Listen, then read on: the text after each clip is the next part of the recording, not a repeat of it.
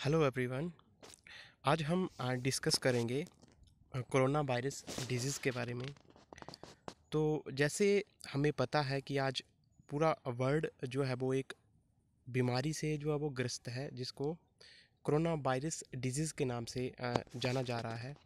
तो जैसे ही हमारा सेशन शुरू हो रहा है तो इसके बारे में थोड़ी सी जानकारी हमें होनी चाहिए, क्योंकि हमने ना ही इससे खुद बचना है पर अपने आसपास के आस पड़ोस में और अपने परिवार को भी इसके बारे में जानकारी देनी है। ठीक है जी।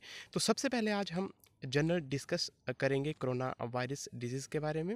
उसके बाद हम इसमें डिस्कस करेंगे इसका स्ट्रक्चर। उसके बाद हम इसका स्ट्रेन के बारे में पढ़ेंगे। उसके बाद हम डिस्कस करेंगे कि इसको डायग्नोज कैसे किया जाता है, और अंत में हम जो है वो थोड़ा सा डिस्कस करेंगे कि इससे बचा कैसे जा सकता है। ठीक है जी। तो सबसे पहले हम शुरू करेंगे कि कोरोना वायरस है क्या। ठीक है।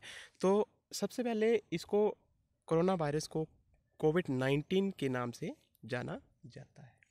तो कोविड-19 है क्या? कोविड-19 मीन्स कोरोना वायरस।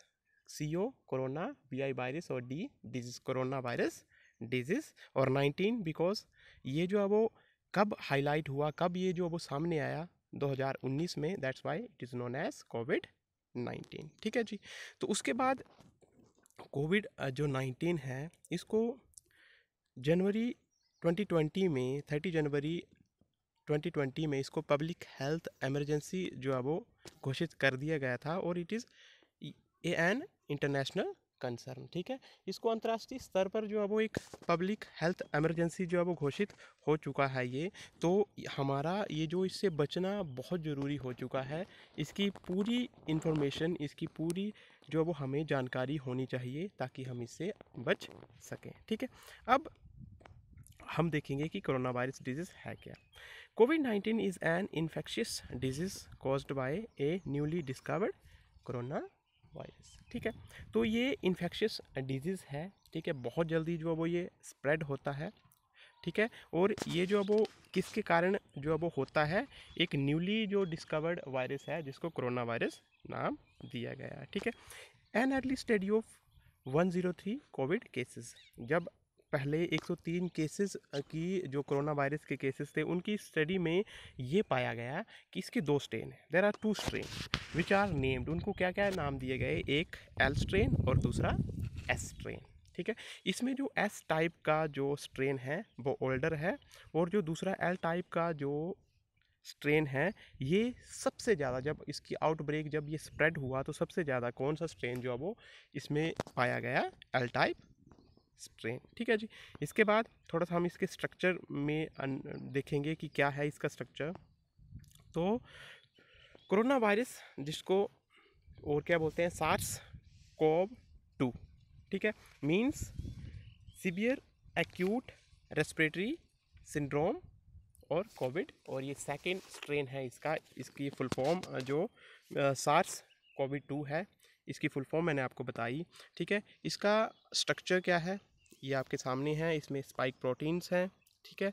उसके बाद न्यूक्लियो कैस्पेड, उसके बाद यहाँ पे इसका जो जीनोम है, जिसको RNA है, ये सबसे महत्वपूर्ण है। और आपको पता है, जब ये मैं आपको बता दूं, जब भी ये इन्फेक्शियस होता है या एक जब आदमी से दूसरे बंदे में स्प्रेड होता है, तो जो जेनेटिक मटेरियल है वो जो है वो बॉडी में एंटर करता है, और वहाँ पे ये क्या करता है, जल्दी से जो प्रोटीन वॉल है या कोट है वो बना के जल्दी जल्दी जो है वो स्प्रेड करता है। ठीक है। अब इससे हम देखेंगे कि इसके सिम्टम्स क्या हैं। इससे जब किसी को ये वायरस इन्फेक्ट करता है तो उसमें कौन कौन से लक्षण दिखाई देते हैं। ठीक है।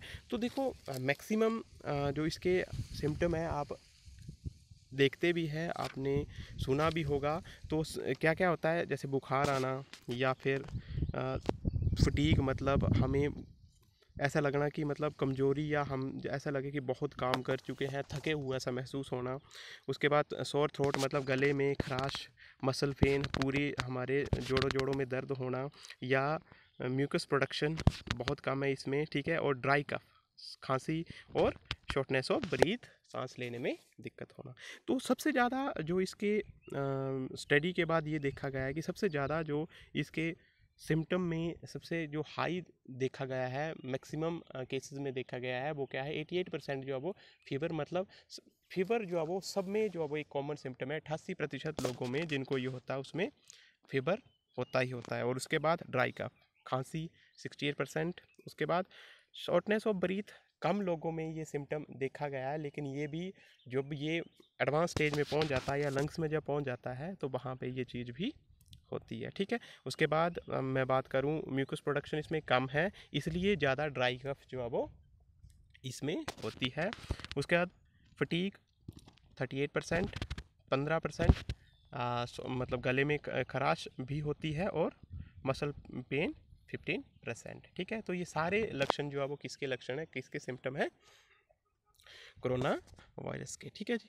इसके बाद डायग्नोज, इससे आज की डेट में इससे बचने के कौन कौन से तरीके जो वो इस्तेमाल किए रहे हैं, किस तरह से इसका इलाज कर सकते हैं। तो इसके लिए सबसे पहला है पीसीआर, जिसको बोलते हैं पॉलीमरेज चेन रिएक्शन, या जेनेटिक फिंगरप्रिंट भी इसे कहते हैं, या इसके लिए पीसीआर जो वो इसके जेनेटिक मटेरियल में इसको कंडक्ट करके हम इसका पता लगा सकते हैं उसके जीनोम में कि क्या कोरोना वायरस जो है वो है, क्या ये वायरस अगर दिखता है तो उसको आसानी से हम उसको देख सकते हैं और उसको डायग्नोज कर सकते हैं। दूसरा इसका क्या है, ब्लड टेस्ट सीरोलॉजी। ठीक है, प्रीवियस इन्फेक्शन के अकॉर्डिंग जो वो दूसरा टेस्ट इसके लिए क्या किया जाता है, ब्लड टेस्ट सीरोलॉजी। ठीक है, अब सबसे महत्वपूर्ण क्या होता है इसके बारे में मैं आपको क्या बताऊंगा कि प्रिवेंशन, कैसे हम इस डिजीज़ से बच सकते हैं। तो देखो कहा भी जाता है कि सावधानी या जानकारी सबसे बड़ा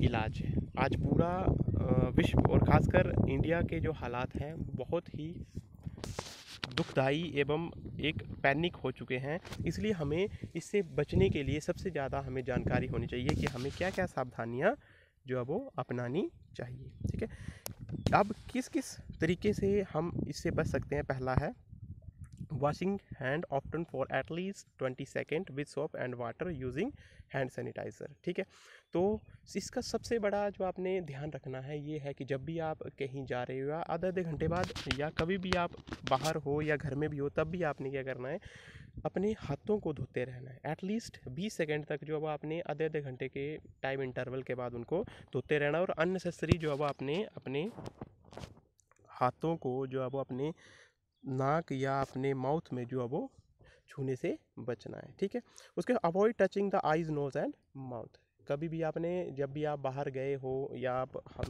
बेशक आपने हाथ आप कंटिन्यू धो रहे हो, फिर भी आपने जो है वो ये इससे बचना है कि आप अपनी आँखों को या अपने मुंह को या नोज़ को अपने हाथों से छूने से बचना है। उसके बाद keeping away from people with corona virus infection. ठीक है, अब ये तो ऑब्वियस सी बात है, जो भी आपको लगता है कि जिसको कोरोना वायरस है या कुछ सिम्टम आपको दिख रहे हैं, तो उनसे जो है वो ज़्यादा से ज़्यादा दूरी बनाने की कोशिश करनी है।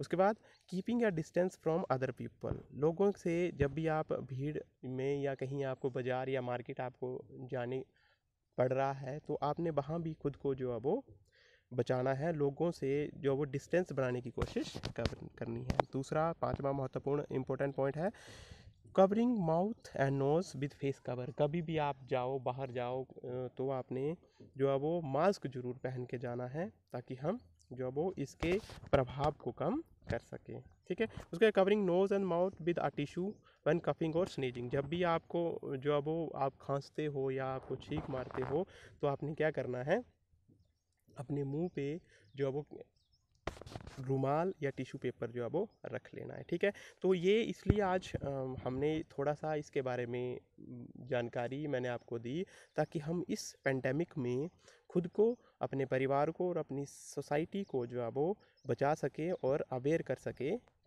ताकि इसके प्रभाव को ज़्यादा से ज़्यादा कम किया जा सके।